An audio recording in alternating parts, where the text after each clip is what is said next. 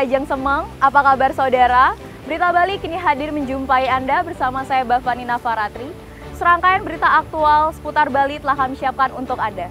Berikut 3 berita utama untuk hari ini.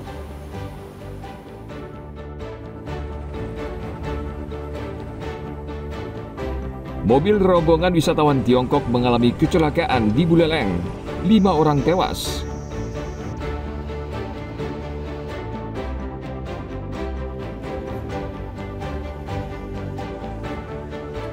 Terpidana pembunuhan di arena Sabung Ayam, Mangkuluas, divonis 20 tahun penjara.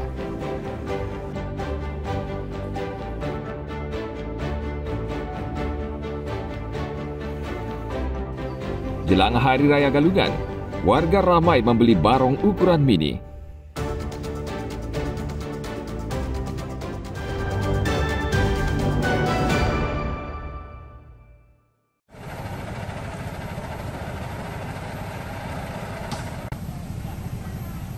Peristiwa tragis menimpa wisatawan asal Tiongkok. Liburan mereka di Bali berakhir dengan musibah menyedihkan. Kendaraan yang mereka tumpangi ini mengalami kecelakaan di Jalan Raya Singaraja Denpasar di Banjar Dinas Prabakula, Desa Padang Bulia, Kecamatan Sukasada pada hari Jumat 14 November lalu. Rombongan saat itu hendak berwisata menyaksikan lumba-lumba di kawasan wisata Lovina. Namun minibus yang mereka tumpangi keluar badan jalan masuk jurang. Dari 12 penumpang minibus, 5 orang meninggal dunia.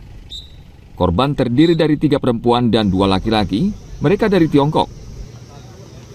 Sementara sopir minibus bernama Atif Al-Akbar hanya mengalami luka lecet. Polisi saat ini masih menyelidiki penyebab kecelakaan, termasuk kemungkinan sopir mengantuk serta kelayakan kendaraan. Sekilas kami mengumpulkan data informasi bahwa yang bersangkutan dari arah Canggu, dari wilayah Canggu, mau menuju ke Lovina untuk melihat dolphin, lumba-lumba pagi hari. Kita mendapatkan informasi bahwa tadi sebelum sampai di lokasi mereka sempat istirahat sejenak di Circle K di wilayah Dugul, ya, istirahat sejenak sebelum akhirnya melanjutkan perjalanan. Ya, namun tadi juga masih kami periksa lagi apakah mereka dalam keadaan mengantuk ataukah ada kondisi-kondisi kendaraan lainnya yang menyebabkan kecelakaan. Namun tadi kita juga sudah meminta tolong kepada pihak-pihak terkait, baik dari Dinas Perhubungan maupun dari pihak-pihak lainnya untuk membantu mengecek kondisi daripada kendaraan tersebut, apakah ada kendala pada kendaraan ataukah tidak ada, ataukah kendala pada pengemudi itu sendiri.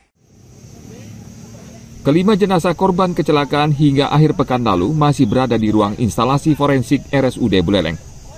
Polisi sudah berkoordinasi dengan via konsulat Tiongkok terkait kecelakaan tersebut. Tim Liputan melaporkan dari Buleleng.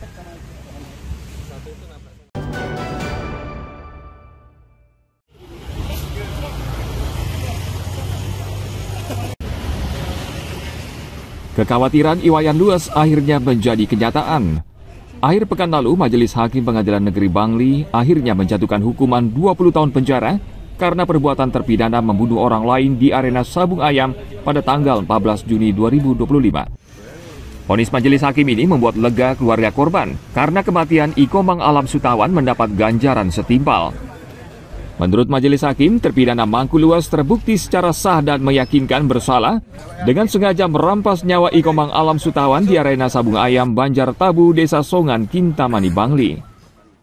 Dengan keputusan 20 tahun itu, kalau katakan saya puas, tidak puas.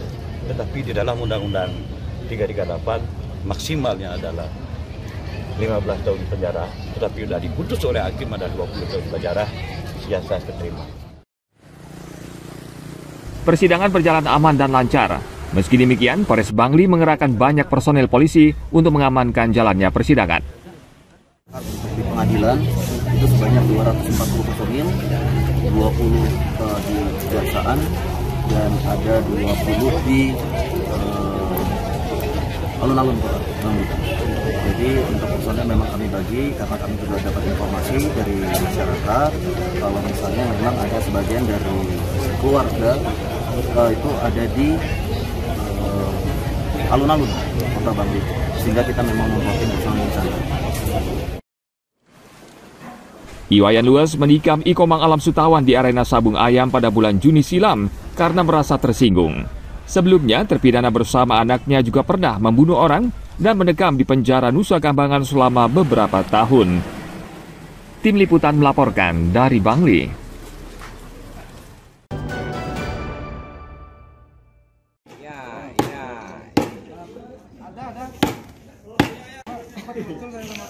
Kejaksaan Negeri Jembrana memusnahkan barang bukti dari berbagai perkara pidana yang telah berkekuatan hukum tetap di halaman kantor Kejaksaan Negeri Jembrana pada akhir pekan lalu. Barang bukti ini berasal dari perkara tindak pidana umum dan tindak pidana khusus dari bulan Juni hingga November tahun ini. Barang bukti tersebut antara lain berasal dari perkara narkotika, kekerasan seksual, perdagangan orang, pencurian hingga kasus pelanggaran kesehatan dan lingkungan. Kepala Kejaksaan Negeri Jembrana, Salomina Meike Saliama mengatakan, pemusnahan barang bukti ini untuk memberikan kepastian hukum dan mencegah penyalahgunaan barang bukti. Jumlah saya pikir itu pil yang rata-rata untuk kosmetik tanpa izin Balai POM. Jadi seingat saya ada 3 pedagang yang kita tahan karena menjual skincare dan obat-obat herbal itu. Kalau narkoba gimana, Bu? Narkoba ada, tetapi dari jumlah yang kita lihat itu dengan periode pertama April dengan yang hari ini bulan November dia berkurang. Hanya sabu-sabu yang ada sama pil koplo kalau saya tidak salah sedikit itu. Kejaksaan Negeri Jembrana berkomitmen menegakkan supremasi hukum serta menjaga keselamatan dan kepentingan masyarakat. Tim Liputan melaporkan dari Jembrana.